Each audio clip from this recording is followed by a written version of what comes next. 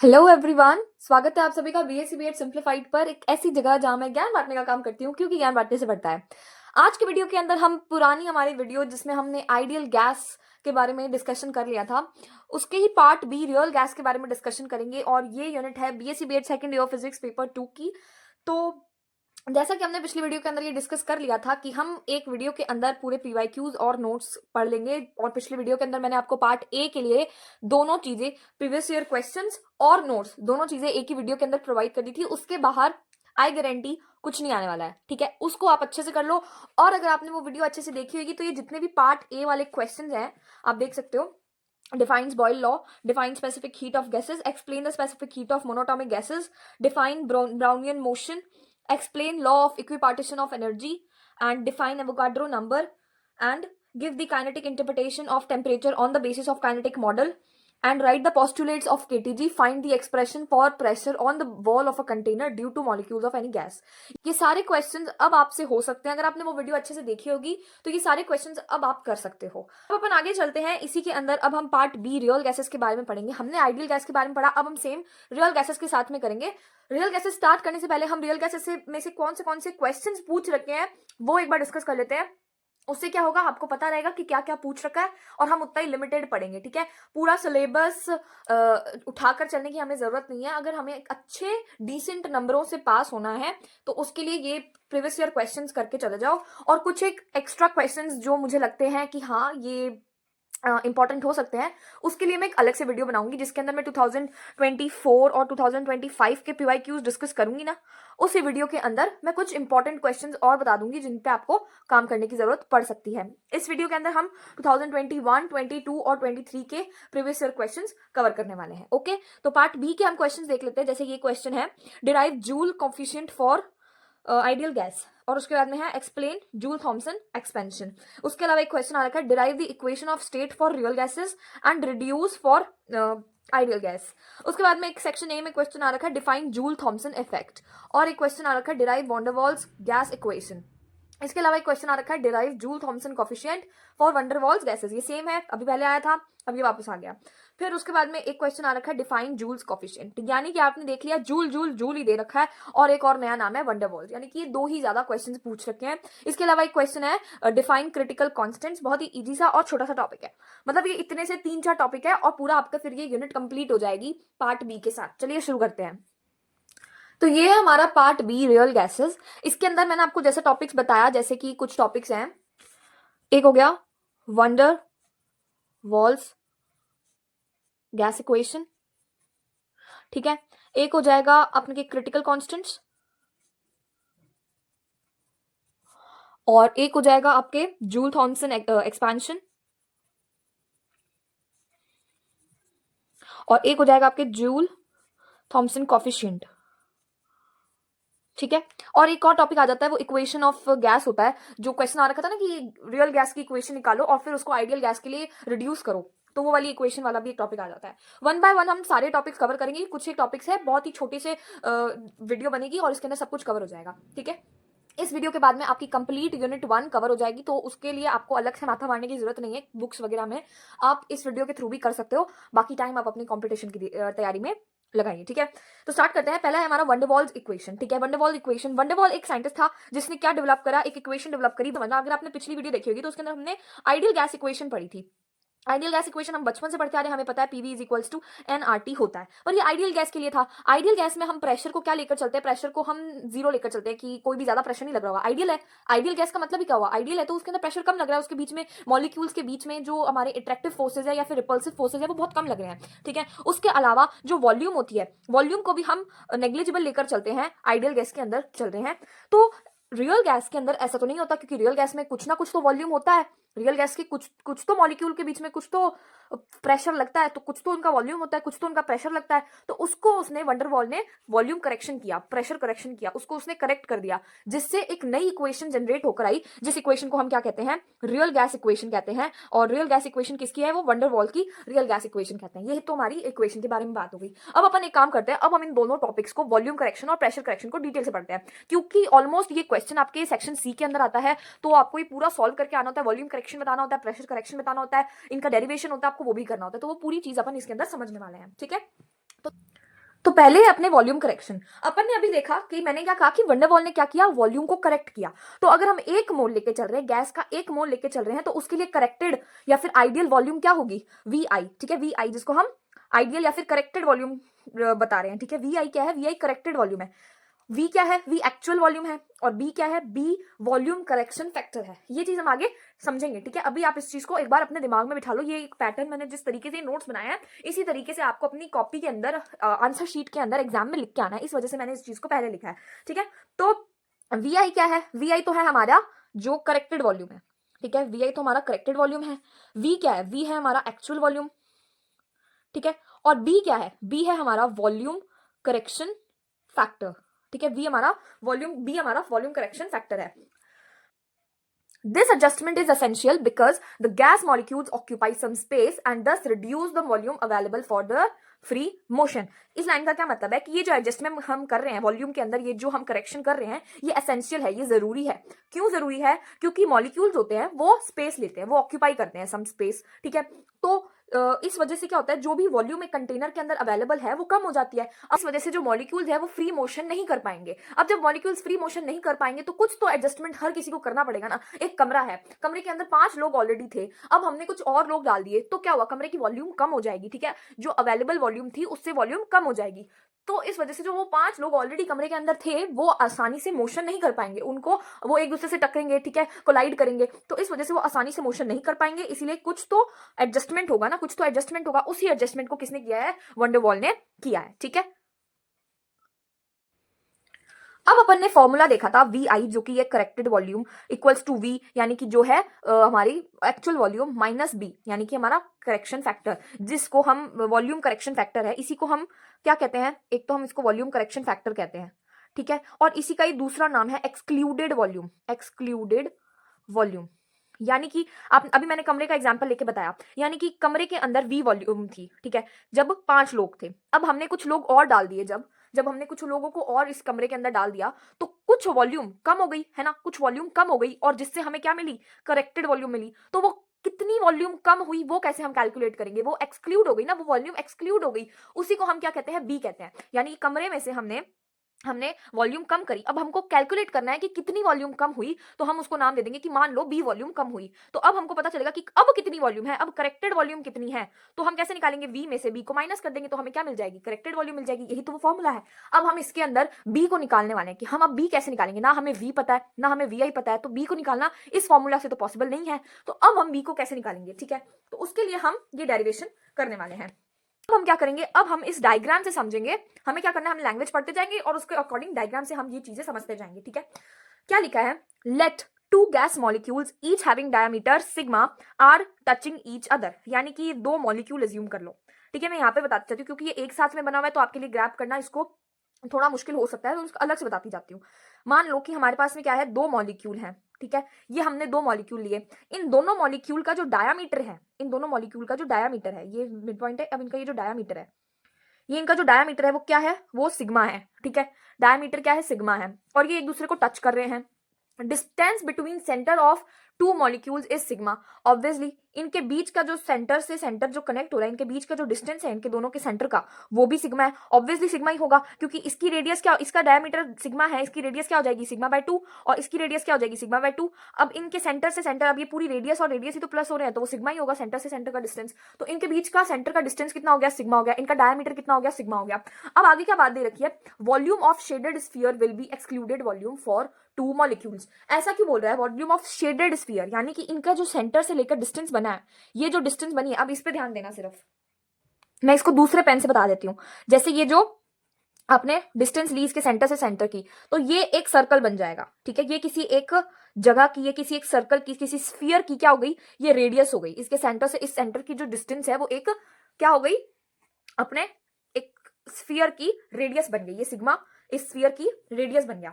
तो ये जो शेडेड स्फीयर है, जो ये बड़ा वाला स्फीयर है, ये इसको शेड कर रखा है, यानी कि आप ये पिंक वाला समझ लो कि ये जो पिंक वाला स्फीयर है, ये जो बड़ा वाला स्फीयर है जो शेड कर रखा है पार्ट, वो इसकी एक्सक्लूडेड वॉल्यूम होगी, यानी कि वो इसकी बी वॉल्यूम होगी। क्यों होगी, क्योंकि इतना स्पेस चाहिए होगा इन दोनों मॉलिक्यूल्स को क्या करने में, इधर उधर मोशन करने में, इन दोनों मॉलिक्यूल्स को इधर उधर मोशन करने में, आराम से मोशन करने के लिए इतना स्पेस चाहिए होगा। तो ये मॉलिक्यूल, ये जो स्फीयर है, ये इनका एक्सक्लूडेड वॉल्यूम यानी कि बी कहलाएगा, जो हमारा वॉल्यूम करेक्शन फैक्टर है। अब हम इसको निकालें कैसे?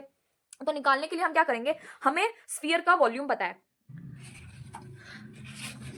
हमें स्फीयर का वॉल्यूम पता है कि जो स्फीयर का वॉल्यूम होता है वो कितना होता है, volume of sphere is equals to 4/3 pi r cube, है ना।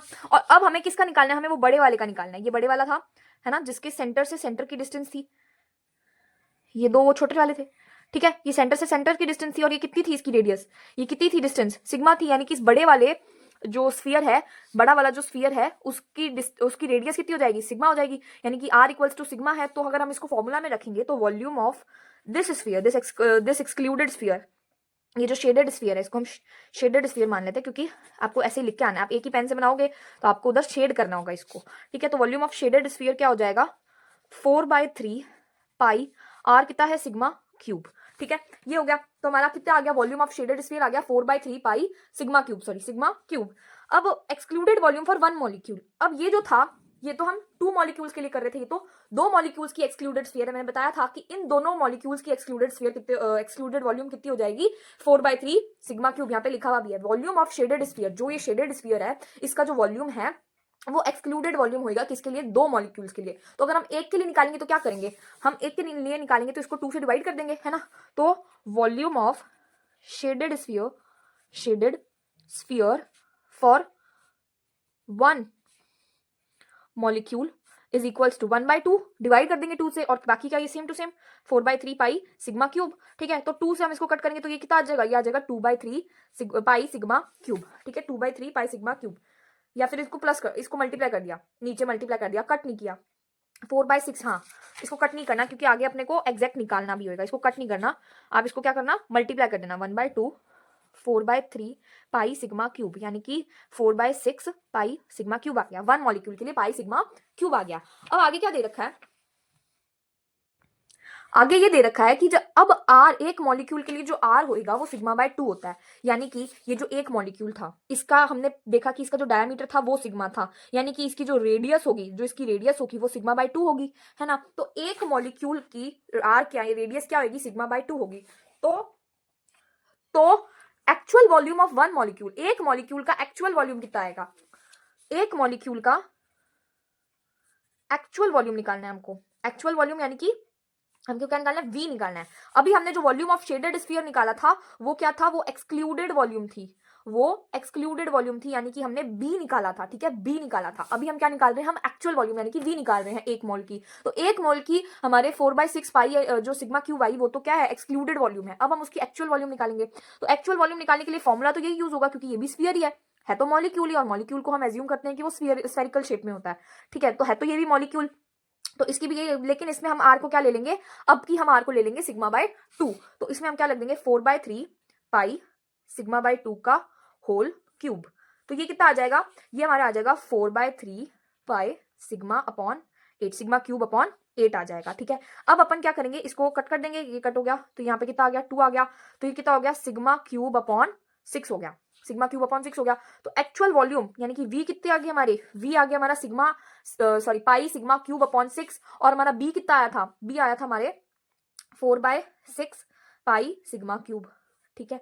ये हमारा क्या आ गया था, ये हमारा बी आ गया था। अब अगर हम इन दोनों को कंपेयर करें, अगर हम इन दोनों को कंपेयर करें तो बी कितना हो जाएगा, बी कितना हो जाएगा, बी हो जाएगा 4, और ये चीज तो सेम है, ये चीज किसके इक्वल आ जाएगी, वी क्या आ जाएगी। यानी कि जो हमारी एक्सक्लूडेड वॉल्यूम होती है, एक्सक्लूडेड वॉल्यूम होती है फॉर 1 मॉलिक्यूल, एक मॉलिक्यूल के लिए जो एक्सक्लूडेड वॉल्यूम होती है अपनी, वो 4 टाइम्स होती है किसके, एक्चुअल वॉल्यूम के। That will be 4 times of actual volume, ठीक है। एक्चुअल वॉल्यूम के 4 टाइम्स होती है, यानी कि यहाँ पे भी सेम चीज लिखी है। अब ये हो गया, तो hence excluded volume for 1 molecule is equals to 4 into actual volume of 1 molecule, और एक्चुअल वॉल्यूम कितनी थी, पाई सिग्मा क्यूब अपॉन 6 थी, ठीक है। ये आ गया। अब हम एक मॉलिक्यूल के लिए निकाल रहे हैं, राइट? ये चीज हमने निकाली है B is equals to 4/6 pi sigma cube. ये हमने किसके लिए निकाली है? हमने एक मॉलिक्यूल के लिए निकाली है। अगर हमें n मॉलिक्यूल्स के लिए निकालनी हो तो हम किससे मल्टीप्लाई करेंगे? एवोगाड्रो नंबर से मल्टीप्लाई करेंगे। हम पिछले वीडियो में भी हम ऐसे ही करते आ रहे थे और ऐसे ही करते हैं, तो एवोगाड्रो नंबर से मल्टीप्लाई कर देंगे। तो B is equals to 4Na into V कितना होगा? V हो जाएगा pi sigma cube upon 6, 4Na pi sigma cube upon 6। तो ये हमारी B की वैल्यू आ गई, ठीक है? B यानी कि एक्सक्लूडेड वॉल्यूम आ गया। तो जो हमारी इक्वेशन बनी थी VI यानी कि आइडियल वॉल्यूम यानी कि करेक्टेड वॉल्यूम, यहाँ पे मैं लिखती जाती हूँ, ये क्या है? ये है corrected volume is equals to V क्या है? V है actual volume is minus B क्या हो जाएगा? एक्सक्लूडेड वॉल्यूम, ठीक है? एक्सक्लूडेड वॉल्यूम जिसको हम क्या कहते हैं? वॉल्यूम करेक्शन फैक्टर कहते हैं। तो ये आ गया हमारा VI। इस फॉर्मूला को आपको याद रखना है, इस इक्वेशन को आपको याद रखना है। इसको हमने इस वीडियो के अंदर, ठीक है, बाकी इक्वेशन मैंने जो कॉपी के अंदर दे रखी है आपको उसके अकॉर्डिंग चलना है। इसके अकॉर्डिंग हमने वीडियो के अकॉर्डिंग हमने इसको इक्वेशन नंबर 1 डाल दी। अब आगे हमारे ये यूज आएगी, इसीलिए हमने इसको एक बार नंबर डाल दिया इस इक्वेशन का, ठीक है? ये तो हो गया हमारा वॉल्यूम करेक्शन। अब अपन चलते हैं प्रेशर करेक्शन की तरफ। अब अपन पढ़ते हैं प्रेशर करेक्शन, ठीक है? अपन ने वॉल्यूम करेक्शन देख लिया, अब अपन प्रेशर करेक्शन देखते हैं। When molecules are close to the wall of container, they are pulled back by other molecules. This reduces their velocity towards the wall, which reduces the pressure they exert. Therefore, the observed pressure is less than it would be without this backward pull. P will be reduced by factor P. क्या मतलब है इसका वो समझो। एक हमारे पास में क्या है? एक हमारे पास में कंटेनर है, ठीक है? एक हमारे पास में कंटेनर है, इसके अंदर काफी सारे मॉलिक्यूल होंगे। हमने ये एक मॉलिक्यूल एज्यूम किया, ठीक है? ये मॉलिक्यूल क्या कर रहा है? ये प्रेशर एक्सर्ट कर रहा है इस वॉल पे, कंटेनर की वॉल पे क्या कर रहा है? प्रेशर एक्सर्ट कर रहा है। तो ये जो मॉलिक्यूल प्रेशर एक्सर्ट कर रहा है, इसको कोई दूसरा मॉलिक्यूल अपनी तरफ खींच लेगा, क्योंकि इनके बीच में अट्रैक्टिव फोर्स होते हैं, है ना? अट्रैक्टिव फोर्स होते हैं मॉलिक्यूल्स के बीच में, गैस के मॉलिक्यूल्स के बीच में। तो ये जब इसको अपना तरफ खींच लेगा तो ये जो प्रेशर एक्सर्ट कर रहा था ये कम हो जाएगा अपने आप, धीरे धीरे। ये जब दूर जाने लगेगा तो ये वॉल पे, ये मॉलिक्यूल है, ये यहाँ पे मेरे ये मॉलिक्यूल है, इसको वॉल मान लो, और ये मॉलिक्यूल है, ये मॉलिक्यूल इस वॉल के पास में है, तो इसके ऊपर प्रेशर कुछ ना कुछ प्रेशर एक्सर्ट कर रहा है। जैसे कोई दूसरा मॉलिक्यूल इस मॉलिक्यूल को अपनी तरफ खींच लेगा तो ये जो प्रेशर इसके ऊपर एक्सर्ट कर रहा था वो दूर चला जाएगा, कम होता जाएगा, तो प्रेशर जो एक्सर्ट हो रहा था वो डिक्रीज हो जाएगा, है ना? अब ये क्या कह रहा है कि अब जो ये प्रेशर डिक्रीज हो रहा है इसकी वजह से जो ऑब्जर्व्ड प्रेशर निकलेगा, जो ऑब्जर्व्ड प्रेशर निकलेगा वो जितना निकलना चाहिए था, मान लो कि 1 निकलना चाहिए था, एग्जाम्पल, ठीक है, मान लो 1 निकलना चाहिए था, ठीक है, लेकिन उससे कम निकल रहा है, ठीक है, उससे कम निकल रहा है। तो इनके बीच का जो डिस्टेंस, जो इनके बीच का जो डिफरेंस है वो कितना हो जाएगा? वो पी फैक्टर हो जाएगा, यानी प्रेशर फैक्टर हो जाएगा, पी फैक्टर। यानी कहने का मतलब ये है, आसान भाषा में समझो तो, कि ये कुछ प्रेशर एक्सर्ट कर रहा था, इसको दूसरा मॉलिक्यूल खींच कर ले गया तो प्रेशर डिक्रीज हो गया। अब जो ऑब्जर्व्ड प्रेशर निकलना चाहिए था, जो निकलना चाहिए था ऑब्जर्व्ड प्रेशर, उस वो नहीं निकलकर कितना निकल रहा है? उससे थोड़ा कम निकल रहा है। जितना निकलना चाहिए था उतना नहीं निकल रहा, कम निकल रहा है। तो कितना कम निकल रहा है वो कैलकुलेट करने के लिए हम क्या निकालते हैं? पी फैक्टर निकालते हैं, प्रेशर फैक्टर निकालते हैं। अब इसका फॉर्मूला क्या होता है? P is equals to PI minus P। अब ये स्मॉल p है, ठीक है, ये स्मॉल p है। तो ये p क्या है? ये जो p है ना, ये p क्या है? ये है ऑब्जर्व्ड प्रेशर, ऑब्जर्व्ड प्रेशर, ठीक है? ये जो PI है ना, ये है एक्चुअल प्रेशर। अब इसमें कंफ्यूजन हो सकता है, आप लोग मैं गलत बोल रही हूँ, नहीं गलत नहीं बोल रही, मैं सही बोल रही हूँ। जो वॉल्यूम वाला केस था उसके अंदर जो V था वो तो VI जो था वो तो कितना था? वो तो था करेक्टेड वॉल्यूम था, और जो V था वो एक्चुअल वॉल्यूम था। लेकिन इसके अंदर उल्टा है, इसके अंदर जो P है वो ऑब्जर्व्ड प्रेशर है और जो PI है वो एक्चुअल प्रेशर है, ठीक है? और ये P क्या है? ये है प्रेशर करेक्शन फैक्टर, जिसको हम प्रेशर फैक्टर लिख देते हैं, ठीक है? ये प्रेशर करेक्शन फैक्टर है वैसे, ठीक है? प्रेशर करेक्शन फैक्टर है P। अब अगर हम PI को वहां ले जाएं तो फॉर्मूला कैसा हो जाएगा? PI इज इक्वल्स टू क्या हो जाएगा? इसको वहां ले जाए तो P plus small p, P plus small p हो जाएगा, है ना? P प्लस स्मॉल p हो जाएगा। तो हमारा जो एक्चुअल प्रेशर निकल के आएगा, जो हमारा एक्चुअल प्रेशर निकल के आएगा वो किसके इक्वल निकल के आएगा? P प्लस स्मॉल p के, यानी कि observed pressure plus corrected pressure correction factor के निकल के आएगा, ठीक है? अब आगे बढ़ते हैं, इसका छोटा सा डेरिवेशन है, बहुत छोटी सी बात है, वो समझ लेते हैं। तो ये चीज तो अपन ने देख ली, P is equals to PI minus P, यानी कि PI equals to P plus P हो जाएगा। ये चीज तो अपन ने देख ली, जिसमें PI क्या है? PI एक्चुअल प्रेशर है, P क्या है? P ऑब्जर्व प्रेशर है, और स्मॉल p क्या है? प्रेशर करेक्शन फैक्टर है, जिसको अपन P फैक्टर कहते हैं। अब ये जो P है ना, ये दो बातों पे डिपेंड करता है, ये दो बातों पे डिपेंड करता है। क्या दो बातों पे डिपेंड करता है वो देखो। जो ये P है ये दो बातों पे डिपेंड करता है। पहला तो ये डेंसिटी पे डिपेंड करता है, जो गैस की डेंसिटी है कंटेनर के अंदर, जो गैस अपन ने डाल रखी है इस कंटेनर के अंदर, उसकी डेंसिटी पे ये डिपेंड करता है। तो P is directly proportional to rho, density के लिए हम रो को यूज करते हैं। सेकंड जो इस बात पे डिपेंड करता है वो क्या है, number of molecules colliding with walls of container per unit time, यानी कि जितने नंबर ऑफ मॉलिक्यूल्स हैं वो पर यूनिट टाइम में, कितने मॉलिक्यूल्स पर यूनिट टाइम में वॉल से, कंटेनर की वॉल से टकरा रहे हैं, उस पर डिपेंड करता है। तो टकरा रहे हैं कंटेनर की, ये कितने टकरा रहे हैं, ये चीज डेंसिटी से अपन पता करेंगे, तो यानी कि इनडायरेक्टली ये किससे प्रोपोर्शनल हो जाएगा, डेंसिटी से ही, है ना, डेंसिटी से हो गया। अब अगर अपन इन दोनों इक्वेशंस को एक साथ में लिख दे, क्योंकि इनकी right hand side sorry left hand side same है, तो अगर हम इन दोनों को एक साथ में लिख दे तो क्या हो जाएगा, P is directly proportional to rho square, rho square हो जाएगा। अब हमें पता है कि जो डेंसिटी होती है वो होती है मास अपॉन वॉल्यूम, मास अपन कुछ अभी एक्ज्यूम कर चल नहीं रहे हैं, तो ये अपना 1/v आ जाएगा। प्रेशर हमारा क्या, ये डेंसिटी अपनी कितनी आ जाएगी, 1/v। तो P is directly proportional to 1/v का स्क्वायर हो जाएगा। रो की जगह अपन 1/v रखेंगे तो रो का स्क्वायर यानी कि 1/v का स्क्वायर हो जाएगा। जब ये प्रोपोर्शनैलिटी कांस्टेंट हटेगा तो यहाँ पे क्या आ जाएगा, इक्वल्स टू आ जाएगा, और ये प्रोपोर्शनैलिटी कांस्टेंट हटेगा तो कोई जब ये प्रोपोर्शनल साइन हटेगा तो प्रोपोर्शनैलिटी कांस्टेंट आ जाएगा, तो P is equals to A upon V square आ गया। ठीक है, ये A क्या है, ये एक प्रोपोर्शनैलिटी कांस्टेंट है। अब हम इस P, ये तो हमारी क्या आ गई, प्रेशर फैक्टर की वैल्यू आ गई। अब इस प्रेशर फैक्टर की वैल्यू को हम इस इक्वेशन के अंदर रख देंगे, PI is equals to P plus P था, है ना, इसमें हमने रखा P plus A upon V का स्क्वायर। तो ये क्या आ गई, ये हमारी एक्चुअल प्रेशर की वैल्यू आ गई। ये इसको हम इक्वेशन नंबर दे देंगे 2, ये आ गई हमारी इक्वेशन नंबर 2। यानी कि जो हमारी इक्वेशन नंबर 1 थी वो कितनी थी, V is equals to VI minus का B, ये तो क्या थी, ये तो थी हमारी VI is equals to V minus B, ये तो क्या थी, ये हमारी इक्वेशन नंबर 1 थी। इसके बाद में हमारी आ गई इक्वेशन नंबर 2। अब हमारे को नए वैल्यूज मिल गई है, एक VI मिल गई है, एक PI मिल गई है।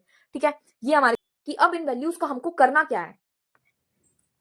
अब जैसा कि हम जानते हैं आइडियल गैस इक्वेशन क्या होती है, PV is equals to nRT होती है। इसको हम देख लेते हैं, PV is equals to nRT होती है। अपन अभी 1 मोल लेकर चल रहे हैं, इसलिए n को हटा दो, n की जगह अपन 1 रख देंगे तो RT हो जाएगा। तो PV is equals to RT होती है। और अभी हमने नए PI और VI निकाला है, तो हम आइडियल गैस इक्वेशन PI और VI के अकॉर्डिंग लेकर चल रहे हैं, क्योंकि हमने जो रियल गैस का था ये क्या था, ये तो एक्चुअल वॉल्यूम थी, हमने करेक्ट कर दी वॉल्यूम, ये एक्चुअल वॉल्यूम को हमने करेक्ट करके निकाल दिया। तो अब ये जो वॉल्यूम आएगी ना, ये आइडियल वॉल्यूम होगी। रियल गैस के मामले में ये आइडियल वॉल्यूम होगी, क्योंकि कुछ तो वॉल्यूम वो घेर रहे थे ना, रियल गैस के मॉलिक्यूल्स कुछ तो वॉल्यूम ऑक्यूपाई कर रहे थे। वो वॉल्यूम कितनी थी वो हमने माइनस कर दी एक्चुअल में से, तो अब ये हमारी जो वॉल्यूम आई है वो आइडियल वॉल्यूम है। उसी तरीके से ये जो प्रेशर आया है वो आइडियल प्रेशर है। अब हम क्या करेंगे, इन दोनों को इस इक्वेशन में पुट कर देंगे। ठीक है, इसको इसमें कर देते हैं। तो हमने PI की जगह क्या रख दिया, ये जो PI की जगह P plus A upon V का V स्क्वायर आया था, ये हमने PI की जगह रख दिया। और वैसे ही हमने VI की जगह पे V माइनस B रख दिया, क्योंकि हमारी आया था VI is equals to V minus B, PI is equals to P plus A upon V का स्क्वायर। तो हमने इक्वेशन 1 और 2 से क्या किया, P plus A upon V का स्क्वायर और V माइनस B, ये क्या आ गई, ये आ गई हमारे वंडर वॉल्स इक्वेशन। ठीक है, 1 मोल के लिए आ गई। तो लिए करा था अपन ने डेंसिटी 1 मोल के लिए करी थी, राइट। अगर n मोल्स है तो डेंसिटी इक्वल्स टू क्या हो जाएगा, n अपॉन V हो जाएगा, तो इसके प्रोपोर्शनल आ जाएगी। तो अब प्रोपोर्शनलिटी कांस्टेंट हटेगा तो वापस से A आ जाएगा। तो P की वैल्यू क्या आ जाएगी, अभी हमारे P की वैल्यू क्या आई थी, A अपॉन V स्क्वायर आई थी। अगर हमारे यहाँ पे n होता, यहाँ पे भी हम n रखते तो ये n का स्क्वायर होता, तो यहाँ पे क्या आ जाता, साथ में n स्क्वायर आ जाता, तो यहाँ पे क्या होता, ये भी n स्क्वायर होता। तो अब हम वॉल्यूम यहाँ पे जब रखते तो क्या होता, A N square upon V square रखते तो वही चीज आ गई यहाँ पे, A n square upon V square. तो for n moles of gas van der Waals gas equation is equals to P plus AN square upon V, और यहाँ पे क्या आ जाएगा V माइनस NB, मल्टीप्लाई कर दिया n के साथ में, और यहाँ पे क्या आ जाएगा nRT आ जाएगा, है ना, nRT आ गया। जैसे अपन ने अभी बात की ना ऊपर कि हम यहाँ पे 1 के लिए लेकर चल रहे हैं, इसीलिए अपन ने n नहीं रखा। अब जब हम n ला रहे हैं तो इसके अंदर हम पूरी इक्वेशन में n से मल्टीप्लाई करेंगे, तो जब हम इसके अंदर मल्टीप्लाई करेंगे तो ये n स्क्वायर हो जाएगा, यहाँ पे स्क्वायर आएगा। ठीक है, यहाँ पे स्क्वायर आएगा। तो जब इससे मल्टीप्लाई करा तो ये n स्क्वायर हो गया, इससे मल्टीप्लाई करा तो ये n हो गया, और इधर मल्टीप्लाई किया तो n हो गया। ठीक है, तो ये तो आ गई हमारे n मोल्स के लिए वंडर वॉल्स की इक्वेशन। तो यही था पूरा जो हमारी वंडर वॉल्स इक्वेशन थी, वंडर वॉल्स इक्वेशन थी वो यही थी, क्या, P plus AN square upon V square into V minus NB equals to nRT। ये हमारी आ गई वंडर वॉल्स इक्वेशन। तो ये आपका पहला टॉपिक इसके अंदर कंप्लीट हो गई। इतना बड़ा टॉपिक नहीं था वैसे, जितना मैंने एक्सप्लेन करने में टाइम लगा दिया। बाकी एक बार समझ में आ जाता है ना तो हम उसको लिख के आने के लिए कैपेबल होते हैं। एग्जाम में लिखना इंपॉर्टेंट होता है, राइट। तो हमने क्या कर लिया, हमने वंडर वॉल्स गैस इक्वेशन वाला टॉपिक कंप्लीट कर लिया। अब अपन चलते हैं आगे, अब अपन चलते हैं इक्वेशन ऑफ स्टेट पर। इक्वेशन ऑफ स्टेट का हमको करना क्या है, हमारे पास में एक क्वेश्चन था, मैं आपको एक बार पीछे ले जाकर वापस से वो क्वेश्चन दिखाता हूं। हमारे पास में एक क्वेश्चन है, सेक्शन सी में आ रखा है, आप देख सकते हो सेक्शन सी में आ रखा है, यानी कि मोस्ट इंपॉर्टेंट क्वेश्चन है। क्या है? Derive the equation of state for real gases and reduce for ideal gas. यानी कि ये जो हमने रियल गैस के लिए इक्वेशन निकाली है, ये रियल गैस के लिए इक्वेशन है। ये जो इक्वेशन है ये रियल गैस इक्वेशन है। इस रियल गैस इक्वेशन को हमें किस में रिड्यूस करना है? इसको हमें रिड्यूस करना है आइडियल गैस इक्वेशन में। आइडियल गैस इक्वेशन में रिड्यूस करना है। यानी कि इस क्वेश्चन को करने का आप इसको कैसे स्टार्ट करोगे? आप इसको पहले वॉल्यूम करेक्शन करके बताओगे। ठीक है, वॉल्यूम करेक्शन वाला आप करोगे, उससे आप v इज इक्वल्स टू क्या निकालोगे? V I is equals to V minus B निकालोगे। फिर आप P I is equals to P plus A upon V square निकालोगे। फिर आप क्या बताओगे कि एन मॉलिक्यूल्स के लिए वी आई कितना हो जाएगा? वी माइनस एन बी हो जाएगा। एन मॉलिक्यूल्स के लिए पी आई कितना हो जाएगा? P plus A N square upon V square हो जाएगा। अब ये वैल्यूज आप PV is equals to NRT में रख दोगे। ठीक है, PV is equals to NRT में ये वाली value P I V I is equals to NRT में आप ये दोनों वैल्यूज रख दोगे, उससे आपकी ये वाली इक्वेशन आ जाएगी। ये आपको इस क्वेश्चन में बता रही हूँ कि पहले आपको डिराइव क्या करना है, आपको रियल गैस की इक्वेशन डिराइव करनी है। ठीक है, तो ये यही तो है रियल गैस की इक्वेशन। तो आपको पहले ये पूरे डिराइव करनी है और उसके बाद में आपको क्या करना है, अब इसको आइडियल गैस में कन्वर्ट करना है। तो अब इसको आइडियल गैस में कन्वर्ट कैसे करना है वो मैं आपको बताने वाली हूँ। अभी मैंने आपको ये बता दिया कि रियल गैस में इस इक्वेशन को कैसे डिराइव करना है, वो मैंने आपको चीज बता दी। अब इस आइडियल गैस में इसको कैसे रिड्यूस करना है वो मैं आपको इसमें बताने वाली हूँ। तो आइडियल गैस में रिड्यूस करने के लिए हम क्या करेंगे? आगे हमारी ये मैंने इसके अंदर वापस से डेरिवेशन नहीं किया, क्योंकि जस्ट पीछे तो मैंने ये डेरिवेशन कर रखा था, तो इसमें मैंने ये डेरिवेशन नहीं किया, इसलिए आप ये चीज याद रखना। अब जो सिर्फ स्टार्टिंग में वीडियो कुछ स्टार्ट करके नोट्स डाउनलोड करने चले गए, उन्होंने वीडियो स्किप कर दी, तो उनको ये चीज का पता नहीं चलेगा। सेक्शन सी के अंदर वो सिर्फ इतनी सी चीज लिखकर आ जाएंगे, उनका लॉस होगा। अगर आपने ये वीडियो यहाँ तक देखी है, इसका मतलब आप प्रॉफिट में चल रहे हो। ठीक है, तो फॉर रियल गैस स्टेट हमने ये इक्वेशन निकाल ली। अब आइडियल गैस के लिए क्या होगा? जो गैस होगी वो आइडियली बिहेव करेगी, यानी ए की वैल्यू भी जीरो होगी, बी की वैल्यू भी जीरो होगी। अगर हमने इसके अंदर ए की वैल्यू और बी की वैल्यू जीरो रख दी तो हमारे PV is equals to NRT आ जाएगा, या एन 1 मोल के लिए चल रहा है तो एन हट जाएगा। यानी कि सिंपल सी बात है, पहले हमने इस इक्वेशन से ये इक्वेशन लेकर आ रहे हैं, फिर वापस इस इक्वेशन से हम ये वाली इक्वेशन लेकर आ रहे हैं। इतना सा काम है बस। ये जो मैंने किया है, अगर आपके क्वेश्चन आया अगर आपके क्वेश्चन आया कि आपको क्या करना है, वंडर वॉल्स की गैस इक्वेशन बतानी है, तो आपको क्या करना है? पहले वॉल्यूम करेक्शन करना है। ठीक है, फिर आपको प्रेशर करेक्शन करना है। इसके बाद में आपको वो एक इक्वेशन निकालनी है। कौन सी इक्वेशन? ये वाली इक्वेशन निकालनी है और बता देना है कि यही जो है वंडर वॉल्स की गैस इक्वेशन है। लेकिन अगर आपके पास में क्वेश्चन आया कि आपको equation of state of real gas की इक्वेशन बतानी है, इसका मतलब है, और फिर उसको आइडियल गैस के लिए रिड्यूस करना है, तो आपको क्या करना होगा? सेम यही काम करना है। सबसे पहले आपको वॉल्यूम करेक्शन बताना है, फिर आपको प्रेशर करेक्शन बताना है, फिर उस जो वॉल्यूम करेक्शन से जो वी आई की वैल्यू आएगी, पी आई की वैल्यू आएगी, वो इस PV is equals to NRT में रखनी है ना, वो वैल्यूज इसमें रखनी है। फिर आपकी ये वाली इक्वेशन आ जाएगी। अब जब आपकी ये वाली इक्वेशन आ गई, तो आपको ये बताना है कि ए तो क्या है? जीरो है, और बी भी क्या है? जीरो है। क्यों? क्योंकि आइडियल गैस की बात करें और आइडियल गैस के अंदर जो गैस है वो आइडियली बिहेव करेगी, है ना, वो आइडियली बिहेव करेगी। तो ए की वैल्यू जीरो हो जाएगी, बी की वैल्यू जीरो हो जाएगी, तो ये वापस से क्या आ जाएगा? वापस से आइडियल गैस इक्वेशन क्या आ जाएगी? PV is equals to NRT आ जाएगी। अगर हम 1 मोल की बात करें तो PV is equals to RT आ जाएगी। ठीक है, इतनी सी बात थी। ये तो हो गई हमारी इक्वेशन। हमने इक्वेशन खेल लिया। अब हम चलते हैं क्रिटिकल कांस्टेंट्स पर। क्रिटिकल कांस्टेंट भी एक बहुत ही छोटा सा टॉपिक है, ज्यादा बड़ा नहीं है, बस इसके अंदर थोड़े सा जो क्रिटिकल वॉल्यूम वाली जो हमें निकालने पड़ेंगे ना, इनके ये कांस्टेंट्स निकालने पड़ेंगे, वो थोड़ा सा बड़ा डेरिवेशन है, पर कोई बात नहीं, अपन कर लेंगे, बड़े शॉर्ट में इसको कर लेंगे। क्या है क्रिटिकल कांस्टेंट? सबसे पहले मैं आपको बता देती हूँ क्रिटिकल वैल्यू क्या होती है। ठीक है, वो बता देती हूँ। मान लो ये एक लाइन है, ठीक है, इस पे ये एक पॉइंट है, ये कोई वैल्यू है इस पॉइंट पे। इस पॉइंट से पहले तो हमारी गैस स्टेट में है। गैस क्या है? गैस स्टेट में है। इसके बाद में वो जो गैस होगी वो लिक्विफाइड हो जाएगी, यानी कि वो लिक्विड बन जाएगी। यानी कि जस्ट इस पॉइंट पर गैस का क्या स्टार्ट हो जाता है? गैस का लिक्विफिकेशन स्टार्ट हो जाता है। इस पॉइंट पे गैस का लिक्विफिकेशन जस्ट स्टार्ट होता हो रहा होता है। इस पॉइंट से पहले वो गैस थी, अब वो लिक्विड बन रही होती है, और इस पॉइंट पे उसका लिक्विफिकेशन जस्ट स्टार्ट होता है। इसीलिए इस पॉइंट को हम क्या कहते हैं? इस पॉइंट को हम क्रिटिकल पॉइंट कहते हैं, या इस वैल्यू को हम क्रिटिकल वैल्यू कहते हैं। ठीक है, क्रिटिकल वैल्यू कहते हैं। अब अलग अलग होती है, क्रिटिकल टेम्परेचर होती है, क्रिटिकल प्रेशर होता है, क्रिटिकल वॉल्यूम होती है। अब हम एक इसका मतलब इसकी लैंग्वेज समझ लेते हैं। There are the specific values of temperature, pressure and volume at which a gas can just be liquefied, यानी कि जस्ट उसका लिक्विफिकेशन स्टार्ट होता है और उस पॉइंट के जस्ट बाद में वो लिक्विड में कन्वर्ट हो जाती है, लिक्विफाइड हो जाती है। ठीक है, क्रिटिकल टेम्परेचर क्या होता है? Highest temperature at which a gas can be liquefied, यानी कि अगर ये पॉइंट क्या है, अगर इस पॉइंट को हम टेम्परेचर लेकर चल रहे हैं तो ये हाईएस्ट टेम्परेचर होगा जिस पर गैस लिक्विफाइड हो जाती है।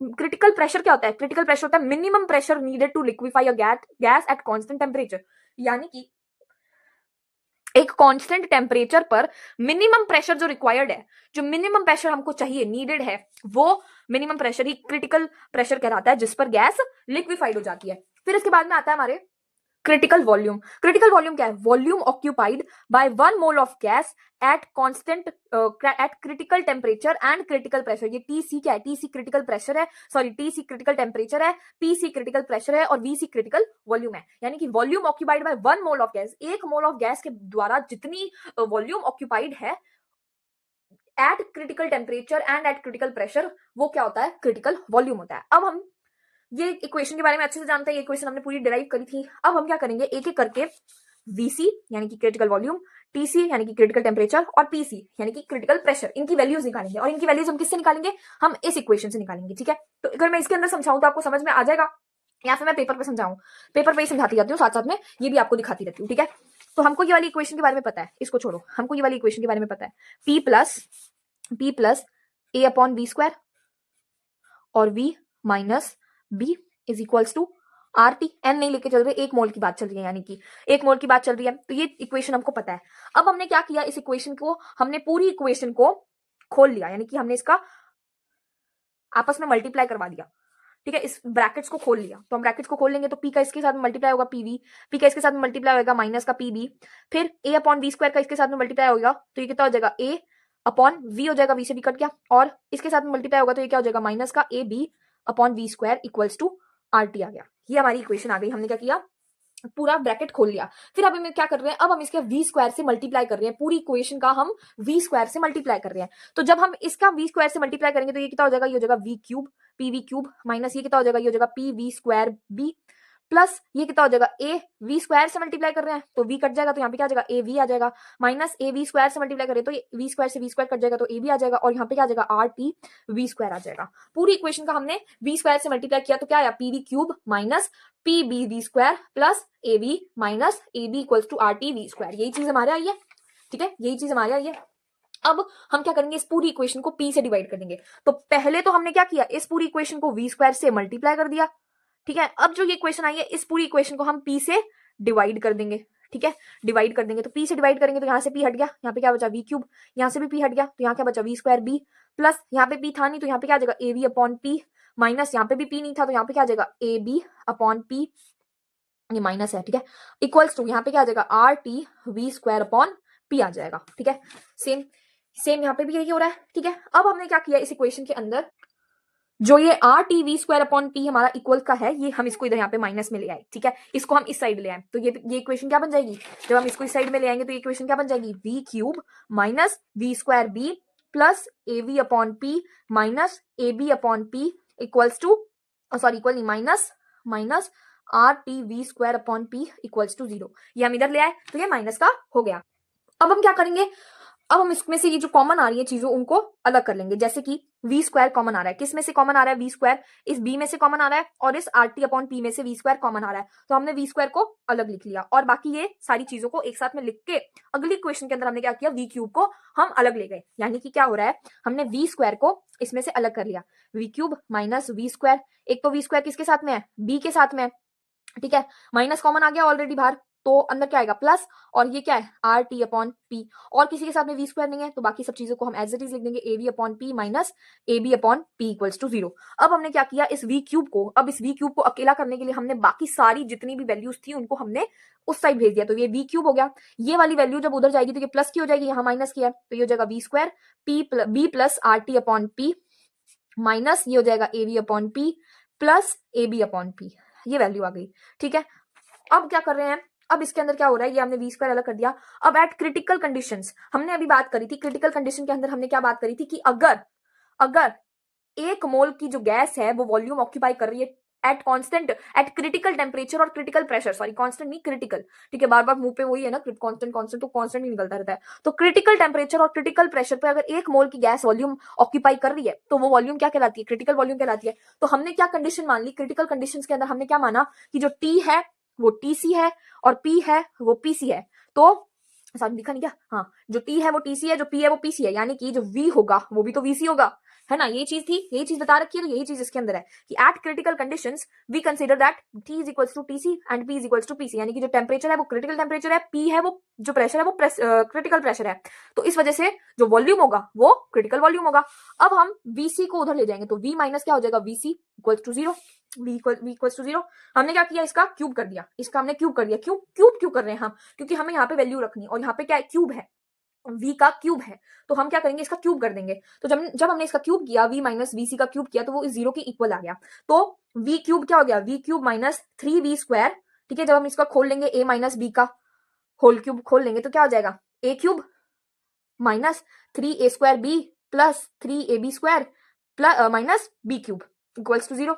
यही होता है ना फॉर्मूला, वो आइडेंटिटी वाला। तो v क्यूब a यानी कि v cube minus 3vc square vc, v यहाँ पे भी आएगा v ओके, सही है, VC था, सॉरी मैंने यहाँ पे वापस से थोड़ी सी खुद ही कंफ्यूज हो गई। हाँ, तो v cube minus 3v square VC plus 3v VC square minus VC cube equals to zero आ गया। अब क्या हो गया, v cube is equals to 3v square VC minus 3v VC square plus VC square आ गया, क्योंकि हमने v क्यूब को इधर भी अकेला कर दिया। अब हमें, हाँ, तो हमने क्या किया, v क्यूब की वैल्यू हमारी क्या आई थी, 3vc v square minus 3vc square v plus VC का क्यूब, है ना। और ये हमारी दूसरी v क्यूब की वैल्यू क्या आई थी, v square b plus RTC upon PC minus AV upon PC plus AB upon PC। अब मैंने यहाँ पे बात करी जब कि TC है, PC है, VC है, तो यहाँ पे भी तो अपन चेंज कर देंगे ना। ये जो इक्वेशन निकल कर आई थी हमारे, तो ये इक्वेशन के अंदर हम TC PC रख देंगे, तो ये हो जाएगा VC स्क्वायर, VC भी रखा है क्या, हाँ नहीं VC नहीं रखा, ठीक है, v square b plus RTC upon PC minus AV upon PC plus AB upon PC, ये हमने PCVC रख दिया, PCVC। तो अब हम क्या करेंगे, अब हम इक्वेशन नंबर 3 और इक्वेशन नंबर 2 को इक्वेट कर देंगे, यानी कि कंपेयर करेंगे। तो हम क्या करेंगे, बाकी जितने भी कॉफिशिएंट्स है, v स्क्वायर का कॉफिशिएंट, फिर v का कॉफिशिएंट, फिर VC क्यूब यानी कि तो इनको हम क्या करेंगे, इक्वेट करेंगे। तो जब हम इनको इक्वेट करेंगे हमको क्या पता चलेगा, v स्क्वायर का इधर कॉफिशिएंट क्या है 3vc और इधर कॉफिशिएंट क्या है b plus RTC upon PC। तो 3vc किसके इक्वल आ जाएगा, RTC upon PC plus b के इक्वल आ जाएगा। ये हो गई इक्वेशन नंबर 4। उसी तरीके से v का कॉफिशिएंट क्या है, इधर v के कॉफिशिएंट है माइनस का a अपॉन PC, और इधर क्या है माइनस का 3vc स्क्वायर, तो यहाँ पे क्या हो जाएगा, माइनस का 3vc square equals to minus का a अपॉन PC, माइनस से माइनस कट जाएगा, तो यहाँ पे क्या आ जाएगा 3vc square equals to a upon PC। ये आ गई इक्वेशन नंबर 5। फिर इन दोनों कांस्टेंट है, ये दोनों कांस्टेंट है, इनको हम कंपेयर करेंगे तो VC का क्यूब अपॉन VC का क्यूब किसके इक्वल आ जाएगा, AB अपॉन PC के, तो VC cube equals to AB upon PC। ये आ गई इक्वेशन नंबर 6। ये इक्वेशन नंबर 4 है, ये इक्वेशन नंबर 5 है, ये इक्वेशन नंबर 6 है। अब हम दोनों जो इक्वेशन नंबर 6 है और इक्वेशन नंबर 5 है उसको क्या कर देंगे, डिवाइड कर देंगे, ठीक है। तो इक्वेशन नंबर 6 यानी कि VC cube upon 3VC square हो गया, और यहाँ पे AB अपॉन PC, एक ही बात है, PC नहीं लिखा, AP लिखा हुआ है, एक ही बात है, समझ जाओ, ठीक है। तो AB upon PC upon A upon PC आ गया, तो क्या हो गया, P से P कट गया, A से A कट गया, क्या बचा, सिर्फ B बचा। तो VC equals to 3 VC upon 3 equals to B आ गया, तो VC की वैल्यू क्या आ गई, यहाँ से हमारी VC की वैल्यू क्या आ गई, 3B आ गई। तो ये हमारे किसकी वैल्यू निकल गई, क्रिटिकल वॉल्यूम की वैल्यू तो एटलीस्ट निकल गई। इसके बाद में आता है अब हमारी इक्वेशन 5 क्या थी हमारी, 3vc square equals to a upon PC। तो 3vc square is equals to a upon PC। इसके अंदर अपन ने क्या किया, vc की वैल्यू रख दी, vc की वैल्यू कितनी आई थी, 3b आई थी, तो 3 इंटू 3b का square equals to a upon PC। तो जब हमने वैल्यू रखी तो 3b स्क्वायर था, क्या वैल्यू आई थी, मैं वापस यहाँ पे लिख देती हूँ। हमारी जो इक्वेशन नंबर 5 थी वो क्या थी, 3vc square is equals to a upon PC थी, राइट। हमने vc की वैल्यू क्या रख दी, 3b, और इसका square is equals to a upon PC। अब क्या होगा, इसका मल्टीप्लाई, इसका स्क्वायर कर देंगे तो क्या हो जाएगा, 9b square is equals to a upon PC, यानी कि ये कितना हो जाएगा, 27b square is equals to a upon PC। तो PC को इधर भेज देंगे और इसको नीचे भेज देंगे, तो PC की क्या वैल्यू आ जाएगी, PC की वैल्यू आ जाएगी a upon 27b square. a upon 27b square किसकी वैल्यू आ गई, PC की वैल्यू आ गई। इसी तरीके से PC और VC की वैल्यू हम इस इक्वेशन में रख देंगे, इक्वेशन नंबर 4 में। इक्वेशन नंबर 4 क्या थी हमारे, 3vc equals to RTC upon PC plus B, 3vc equals to RTC upon PC plus B। अब इसके अंदर हम VC की वैल्यू क्या रख देंगे, 3b, और PC की वैल्यू क्या रख देंगे, a upon 27b square. Solve करने पर हमारे पास में TC की वैल्यू आ जाएगी 8a अपॉन 27RB। ये हमारी क्रिटिकल कांस्टेंट्स की वैल्यू आ गई। क्रिटिकल कांस्टेंट्स कौन कौन से होते हैं, सारी क्रिटिकल कांस्टेंट होते हैं। वॉल्यूम का क्रिटिकल कांस्टेंट क्या होता है, VC होता है। प्रेशर का क्रिटिकल कांस्टेंट क्या होता है, पी होता है, पीसी होता है, और टेम्परेचर का क्रिटिकल कांस्टेंट होता है टीसी। तो इन तीनों की वैल्यू हमको निकालनी होती है। ये क्वेश्चन आ जाता है सेक्शन बी के अंदर, जिसमें आपको ये पूरा करना होता है। पूरा कहां से करना होता है? आपको पूरी क्रिटिकल कांस्टेंट की पहले तो डेफिनेशन बतानी होती है, फिर डेफिनेशन बताने के बाद में आपको पूरा इसका डेरिवेशन करना होता है, जो मैंने इस कॉपी के अंदर आपको बताया है। ठीक है, कंप्लीट डेरिवेशन आपको इसके अंदर करना होता है और इसमें आपको पूरे के पूरे नंबर मिलेंगे। अब अपन चलते हैं जूल थॉमसन इफेक्ट की तरफ।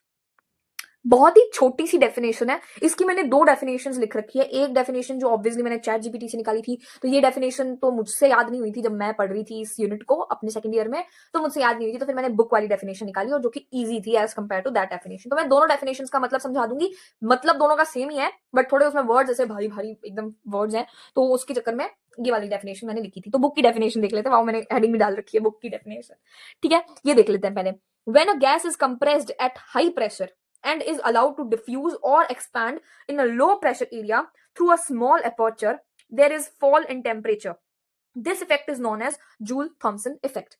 क्या मतलब है इसके कहने का, वो समझो कि एक गैस है जिसको हमने हाई प्रेशर पे क्या किया, कंप्रेस कर दिया। एक गैस को हमने हाई प्रेशर पे क्या किया, कंप्रेस कर दिया। तो उस और फिर कंप्रेस करने के बाद में एक छोटे से स्मॉल टाइनी अपर्चर से, टाइनी पोरस पार्टीशन से, एक छोटे से होल से, समझ लो एक छोटे से होल से उसको लो प्रेशर वाले एरिया में एक्सपैंड कर दिया, डिफ्यूज कर दिया। ठीक है, एक्सपैंड या फिर डिफ्यूज कर दिया, तो तब क्या होगा, टेम्परेचर में थोड़ा सा गिरावट आएगी, टेम्परेचर थोड़ा सा गिरेगा, फॉल होगा टेम्परेचर। उस इफेक्ट को, जो इफेक्ट उस समय हो रहा है जिसके अंदर प्रेशर कम हो रहा है, छोटे से पार्टिकल से हम उसको निकाल रहे हैं, उस इफेक्ट को हम जोल थॉमसन इफेक्ट कहते हैं। वापस से समझो, ये गैस है, ठीक है, उस गैस को हमने हाई प्रेशर पे, बहुत हाई प्रेशर पे क्या किया, कंप्रेस किया। तो अब आप खुद सोचो, एक गैस पहले तो हाई प्रेशर में है, अब उसको हम एक छोटी सी एरिया से, मान लो ये बहुत ही छोटा, बहुत ही छोटे से एरिया से हम उसको पास होने दे रहे हैं, एक्सपैंड होने के लिए, डिफ्यूज होने के लिए पास होने दे रहे हैं एक लो प्रेशर वाले एरिया में। मान लो कि यहाँ पे क्या है, इस साइड पे क्या है, इस साइड पे हाई प्रेशर है। अभी गैस इधर से निकल, यहां से निकलेगी, इस साइड पे क्या होगा, लो प्रेशर होगा। तो हाई प्रेशर वाली गैस को हम एक लो प्रेशर वाले एरिया में छोटे से होल से पास करवा रहे हैं, तो ऑब्वियस सी बात है टेम्परेचर क्या होगी, गिरेगी, टेम्परेचर में गिरावट आएगी। तो ये जो इफेक्ट हो रहा है, टेम्परेचर में गिरावट आ रही है, ये जो इफेक्ट हो रहा है, इस इफेक्ट को हम जूल थॉमसन इफेक्ट कहते हैं। अब इसको थोड़ी सी चैट जीपीटी वाली लैंग्वेज में समझ लेते हैं। जूल एंड थॉमसन, यानी कि दो साइंटिस्ट है, ऑब्वियसली नाम से पता चल रहा है जूल थॉमसन इफेक्ट। तो जूल और थॉमसन ने क्या किया कि एक रियल गैस को एक सर्टेन प्रेशर पे एडियाबेटिकली एक्सपैंड करने के लिए, एक पोरस पार्टीशन से एक्सपैंड करने के लिए ऑब्जर्व किया। ठीक है, एक ऐसे रीजन में एक्सपैंड कर रहे थे वो कि जहां पे लो प्रेशर था, जिससे क्या हुआ, एक कूलिंग हुई सिर्फ इन दो गैसेस हाइड्रोजन और हीलियम को छोड़ के, जो कि हीटिंग प्रोसेस शो करते हैं, उनको छोड़ के एक कूलिंग हुई। और उस कूलिंग इफेक्ट को क्या कहते हैं, जूल थॉमसन इफेक्ट कहते हैं। लैंग्वेज में पढ़ो, Joule and Thomson observed that when a real gas at a certain pressure is allowed to expand adiabatically through a porous partition into a region of low pressure, it is accompanied by cooling except hydrogen and helium which shows heating in this process। यानी कि ऐसी दो gases हैं, जो कि hydrogen है और एक हीलियम है, जो ये जूल थॉमसन इफेक्ट नहीं शो करती। जूल थॉमसन इफेक्ट में क्या हो रहा होता है, कूलिंग हो रहा होता है, कूलिंग प्रोसेस हो रहा होता है, लेकिन ये दोनों क्या करती है, हीटिंग शो करती है। हाइड्रोजन और हीलियम दोनों हीटिंग शो करती है। बाकी जितनी भी गैसेज हैं, अगर हम उसको एक छोटे से होल में से पास करवाएंगे, हाई प्रेशर के एरिया में से उसको लो प्रेशर के एरिया में भेजेंगे और एक छोटे से पार्टिकल में से उसको पास करवाएंगे, तो उनके टेम्परेचर में गिरावट आएगी। वो गैस थोड़ी सी एज कंपेयर टू पहले जैसी थी, वो उससे थोड़ी सी कूल हो जाएगी, कूलिंग प्रोसेस होगा। तो इस जो ये जो इफेक्ट हो रहा है, कूलिंग इफेक्ट आ रहा है, वो जूल थॉमसन इफेक्ट है। लेकिन जो दो हाइड्रोजन और हीलियम गैस है, वो इस प्रोसेस में हीटिंग शो करती है। तो आप बुक की डेफिनेशन लिख सकते हो, ये ज्यादा इजी है मेरे ख्याल से, अब आपको भी ऐसे ही लग रहा होगा। तो बुक की डेफिनेशन लिखो और उसके अंदर आप ये दोनों बातें ऐड कर दो, except hydrogen and helium which shows heating in this process. ठीक है, यहां तक ये चीज हो गई। अब एक आपका टॉपिक और है, जो है जूल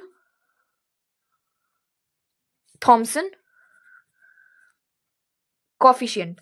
ये जो टॉपिक है ना आपका, ये मैं आपको नेक्स्ट यूनिट के साथ में करवाऊंगी। नेक्स्ट यूनिट के साथ में मैं आपको ये टॉपिक इसीलिए करवाऊंगी क्योंकि मैंने मेरे नोट्स में, खुद के नोट्स में गलती से इसको नेक्स्ट यूनिट में डाल रखा है। यहाँ पे ये यूनिट 2 स्टार्ट होने वाली है, ये मेरे खुद के नोट्स है, जो मेरे जो सेकंड ईयर में थे ना, वही नोट्स है, तो इसलिए थोड़ी डेंटिंग गंदी है। अगर मेरे को अलग से आप लोगों के लिए नोट्स बनाए होते तो उसमें थोड़े से मैं इनको सीधा सा ढंग से काम करके बनाती ऑब्वियसली, बट मैंने सोचा कि टाइम खराब करने से बेटर है आपको फटाफट से जितना जल्दी हो सके मैटर प्रोवाइड करवा दिया जाए, तो ये मैटर प्रोवाइड करवा रही हूँ।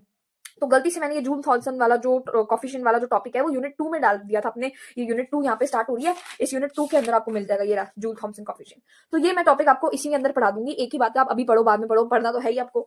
तो ये मैं आपको पढ़ा दूंगी और इसी के साथ में आपकी ये पूरी कंप्लीट यूनिट इस वीडियो के साथ में कवर हो रही है। बस इस टॉपिक को मैं अगली वीडियो के अंदर यानी अगली यूनिट के साथ में कवर करवा दूंगी। वैसे भी ये वीडियो बहुत बड़ी हो चुकी है।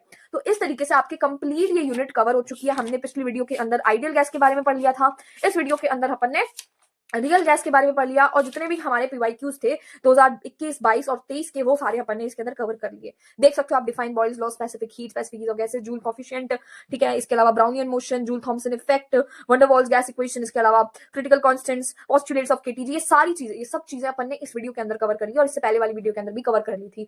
तो आई होप आपको ये वीडियो अच्छी लगी होगी। जितना आप अपने फ्रेंड्स के साथ में इसको शेयर करेंगे उतना आपके फ्रेंड्स और आपको इस एग्जाम को पास करने में हेल्प मिलेगी। यूनिट 1 इसके साथ में कंप्लीट होती है, यानी कि हर यूनिट अगर 10 मार्क्स की है, हर यूनिट को अगर हम 8 से 10 मार्क्स का मान के चले तो इस वीडियो के साथ में आपके 8 से 10 मार्क्स कंफर्म होते हैं, ठीक है।